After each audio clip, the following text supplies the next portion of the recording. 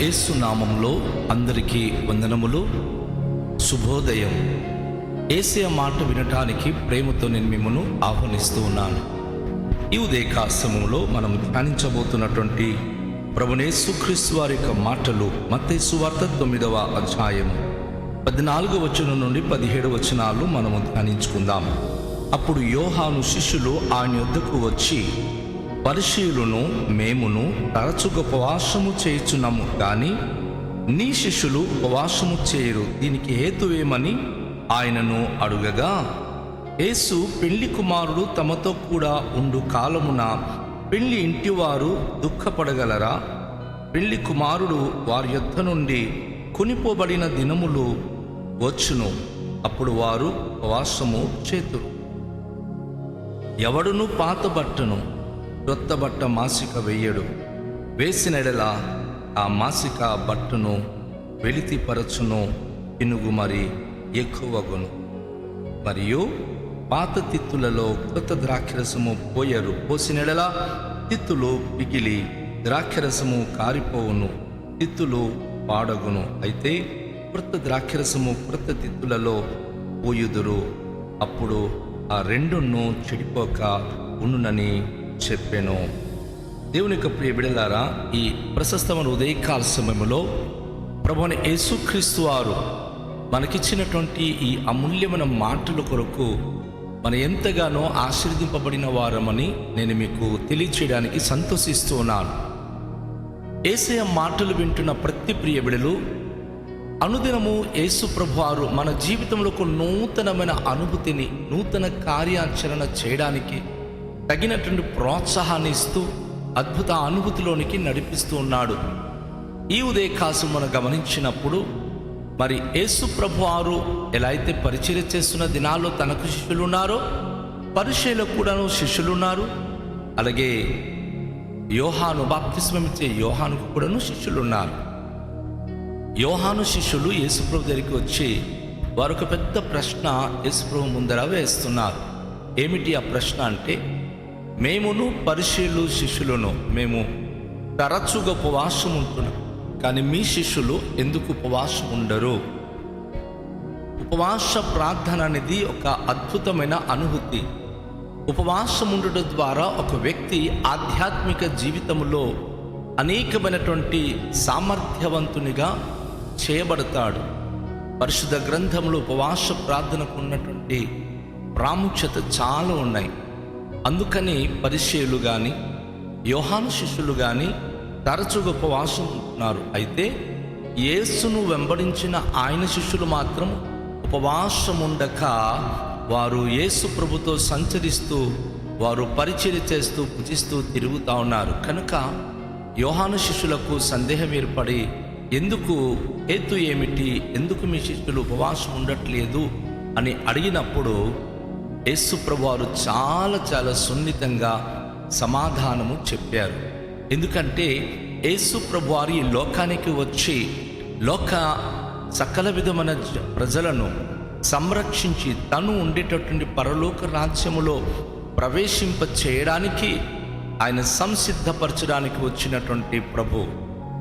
సంఘమని ఈ లోకంలో ఉన్నటువంటి ప్రతి భక్త జనాంగానికి ఒక పెళ్లి కుమార్తెనుగా సరిపోల్చి తన వివాహ మహోత్సవానికి మరి ఈ లోకంలో ఉన్నటువంటి క్రీస్తు సంఘము ఒక పెళ్లి కుమార్తెగాను, యేసుక్రీస్తు ప్రభువారు ఒక పెళ్లి కుమారుడుగా సరిపోల్చబడి ఒకరోజు మధ్య ఆకాశములో వారు వివాహము చేసుకొని జీవితాంతము యుగ యుగాల పాటు పరమండలములో తన వధు సంఘము తనతో నివసించబోతుంది అని అద్భుతమైన పరమార్థాన్ని బోధించిన వారు యేసు ప్రభువారు. అయితే యోహాను శిష్యులకు పరిసయ్యులకు యేసు ప్రభువారు ఈరోజు ఇచ్చే సమాధానం ఏమిటంటే, అయ్యా, పెళ్లి కుమారుడు తన స్నేహితులతో ఉన్నంతసేపు వారు ఏమాత్రం ఉపవాసం చేయరు, కానీ పెళ్లి కుమారుడు ఎప్పుడైతే వారి యొక్క సమూహం నుంచి కొనిపోబడతాడో అప్పుడు వారు ఉపవాసం ఉంటారని ఆయన స్పష్టంగా తెలియజేశారు. దాని అర్థం ఏమిటంటే, యేసు ప్రభువారు పెళ్లి కుమారుడు, తనతో కలిసి ఉన్నంతసేపు మనం ఉపవాసం ఉండాల్సిన అవసరము లేదు. ఎందుకంటే సమస్తమును ఆయన నేర్పించగలడు, సమస్తమును మనకి ఇవ్వగలడు. సంతోషంతో నింపగలిగిన వాడు ఆ పెండ్లి కుమారుడని యేసు ప్రభువారు. ఆయన ఉంటుండగా మనం ఉపవాసం ఉండాల్సిన అవసరము లేదు అనేదే ఈ వాక్యంలో ఉన్నటువంటి ముఖ్యాంశము. అయితే పెళ్లి కుమారుడు ఎత్తబడిన తర్వాత ఉపవాసం ఉంటారు, నిజమే. యేసు ప్రభువారు ఈ లోకానికి వచ్చి ఆయన కలువరి శిలువలో మరణించి పరలోకానికి కొనిపోబడిన తర్వాత వధు సంఘమైన ఈరోజు క్రైస్తవ సంఘము ఉపవాసం ఉండి కన్నీళ్లు విడుచుతూ ప్రార్థన చేస్తూ ఆయన రాకకై కనిపెట్టుచున్నది. యేసు ప్రభువారు ఇక్కడ ఒక పరమ సత్యాన్ని మనకు బయలుపరిచారు. ఏమిటంటే, పాత బట్టలో క్రొత్త మాసిక వేస్తే చినుగు పెద్దదవుతుంది, అలాగే పాత తిత్తులో క్రొత్త ద్రాక్షరసము పోయిట ద్వారా తిత్తు పీలిపోతుంది. నా ప్రియ సహోదరి సహోదరుడా, దీంట్లో ఉన్న పరమార్థం ఏమిటో తెలుసా? ఒక మనిషి తన జీవిత కాలములో పాత స్వభావము కలిగి జీవిస్తూ తన పాత జీవిత విధానాలు అనుసరిస్తూ ఒకవేళ దైవికమైనటువంటి అనుభూతితో నింపబడాలి అనుకుంటే తన పాత స్వభావం విడిచిపెట్టక దేవునిలో ఒక నూతన స్వభావమును నేను జీవిస్తాను అనుకుంటే అది అతనికి ఇబ్బందికరంగా మారుతుంది. ఎందుకంటే పాత స్వభావము విడిచిపెట్టాలి. చక్కని ఒక మాటను అపోస్తలుడైన పౌలు తెలియచేస్తా ఉన్నాడు. కాగా ఎవడైనను క్రీస్తు యేసు నందు ఉన్న ఎడల వాడు నూతన సృష్టి, పాతవి గతించెను, ఇదిగో సమస్తము క్రొత్తవాయెను. అవునండి, యేసు ప్రభు దగ్గరికి వచ్చిన ప్రతి మనిషి హృదయము మార్చబడాలి, బ్రతుకు మార్చబడాలి, పరిస్థితి మార్చబడాలి, ఒక నూతన స్వభావము కలిగిన వారై ఉండాలి. ఆ పాత జీవితాలు, పాత అలవాట్లు, పాత పనికి మళ్ళీ బ్రతుకుతూ దేవుడా నన్ను కాపాడు, నన్ను దీవించు అంటే చినుగు పెద్దదవుద్ది తప్ప ఆ జీవితంలో నూతన కార్యాలేమీ జరగవు.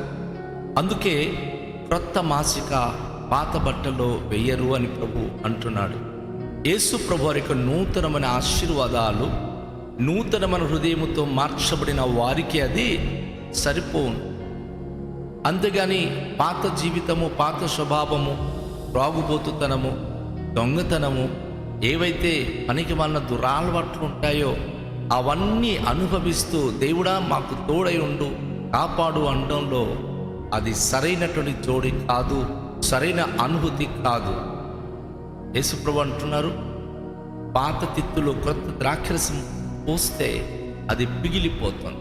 ఎస్, మనిషి యొక్క జీవిత స్థితిగతులు మార్చబడక దేవుడు తన ఆత్మ కుమ్మరింపు చేయడు. అందుకే యెహెజ్కేలు అనే ప్రవక్త ద్వారా ప్రభు అంటాడు, మీ అపవిత్రత యావత్తు పోవునట్లుగా మీ మీద శుద్ధ జలము జల్లుదును, రాతి గుండె మీలో నుండి తీసివేసి మాంసపు గుండె ఇచ్చేదను, నా ధర్మ విధులను మీ హృదయాంతరంగములో రాషదను అంటాడు ఆయన.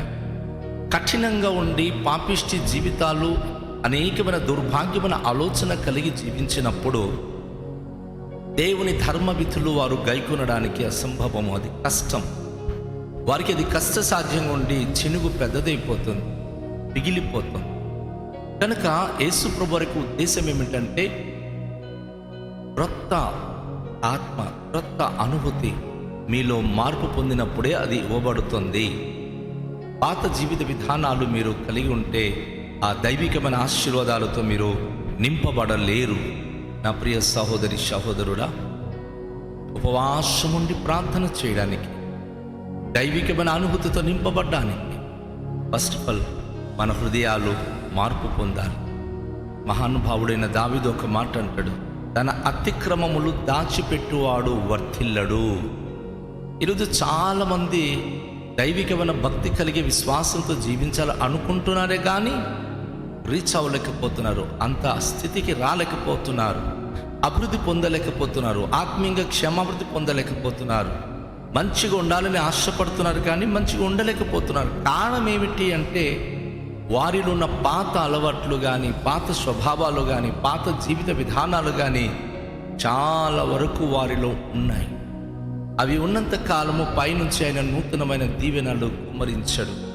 నా ప్రియ సహోదరి సహోదరుడా, నీ జీవితము నూతనపరచబడాలి అంటే పాత స్వభావం అంతా కూడా ప్రభు సన్నిధిలో కుమ్మరించాలి. అయ్యో, నేను ఇలాంటి వాడను, నా మాటలు, నా ప్రవర్తన, నా జీవితము సరైనది కాదు, అది నేను నా ప్రభు ఎదుట ఒప్పుకుంటాను, విడిచిపెడతానని పశ్చాత్తాప హృదయము కావాలి.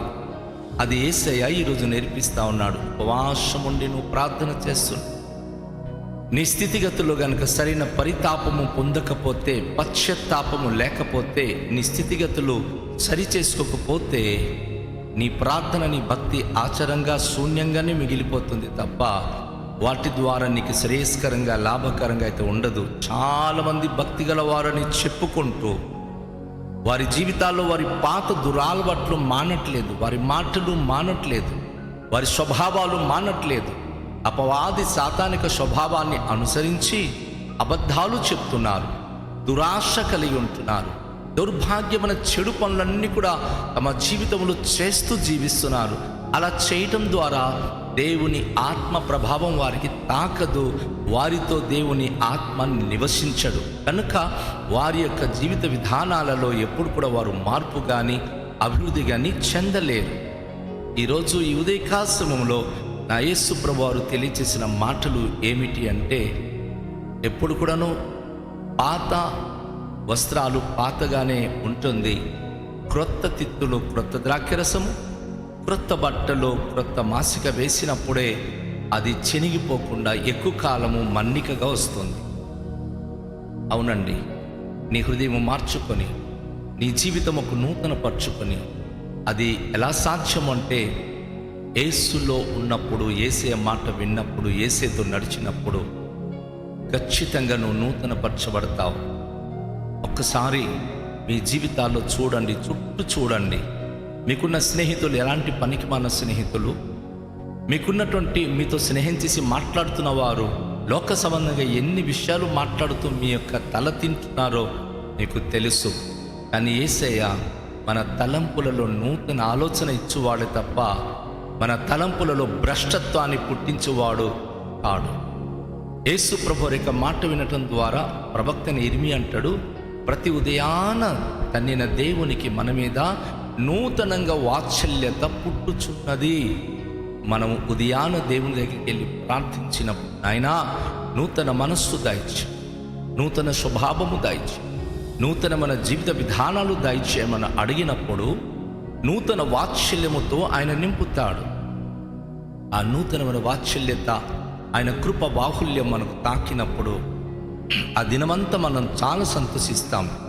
మహాభక్తుడైన మోసే తన 90వ దావీదు కీర్తనలో ఆయన 14వ వచనంలో ఒక మాట అంటాడు, ఉదయాన నీ కృపతో మమ్మను తృప్తిపరచుము, అప్పుడు మా దినములన్నీ మేము ఉత్సహించి సంతోషించేదము అంటాడు. నా ప్రియ సహోదరి సహోదరుడా, ఈ ప్రశస్తమైనటువంటి ఉదయకాల సమయంలో నిజమే మనం ఉపవాసం ఉండి ప్రార్థించేటటువంటి క్షణాలు ఎప్పుడంటే పెళ్లి కుమారుడైన యేసు ప్రభుతో కలుసుకోవడానికి సిద్ధపాటు కలిగినప్పుడు.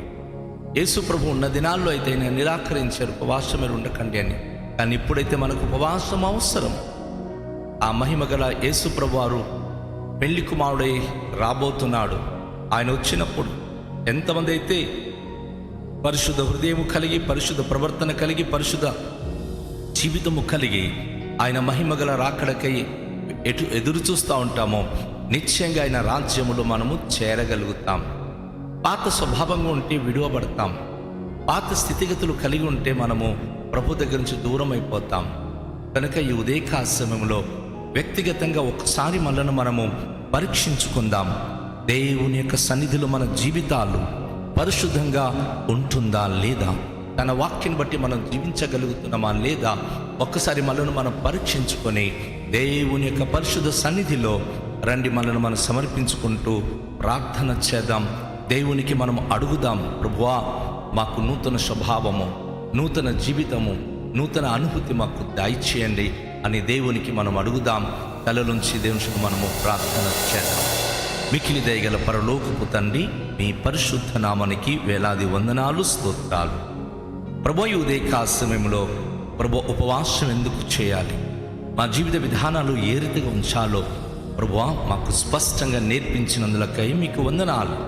నైనా మా యొక్క పాత స్థితిగతులు మార్పు పొంది మేము నూతన పరచబడి నూతన ఆత్మతో నింపబడి నూతనమైన అనుభూతి కలిగి ఉండడానికి అనుదినము మీ వాత్సల్యత మాకు నూతనంగా చూపిస్తున్న స్తోత్రాలు. ఈ దినము ప్రతి ప్రియ బిడ్డలు ఆత్మీయ స్థితిలో నూతన పరచబడి మీ నామానికి మహిమకరంగా వర్ధిల్లే భాగ్యం ప్రతి ఒక్కరికి దాయిచేయండి. మీ యొక్క కృపహస్తము ప్రతి బిడ్డలకు అనుగ్రహించండి. ఆశ్చర్య కార్యములు జరిగించండి. మహిమయు ఘనతయు ప్రభావములు మీరే పొందుకొనుమని యేసు నామములో ప్రార్థిస్తున్నాము తండ్రి, ఆమేన్. అందరికీ షాలోమ్. ప్రభు మిమ్మును దీవించునుగాక.